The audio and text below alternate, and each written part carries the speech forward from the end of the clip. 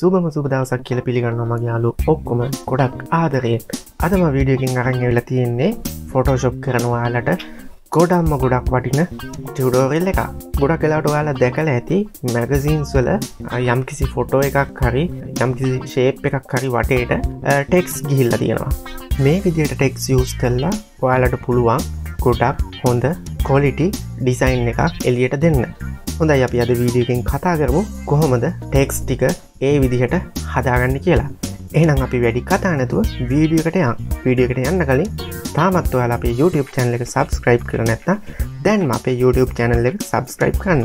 ඒත් එක්කම එහා පැත්තේ තියෙන bell icon එකත් click කරන්න අමතක කරන්න එපා. මොකද අපි අලුත් වීඩියෝ එකක් දාපු ගමන් ඒ සැනින් ඔයාලට ඒ වීඩියෝ එක ඔයාලා ළඟටම ගෙන්න ගන්න පුළුවන්. මේ ඔයාලා එකතු වෙලා ඉන්නේ හොඳම graphic design tutorials අරගෙන Pixalab YouTube channel එකත් එක්ක. එහෙනම් අපි වීඩියෝ එකට ගිහින් බලමු.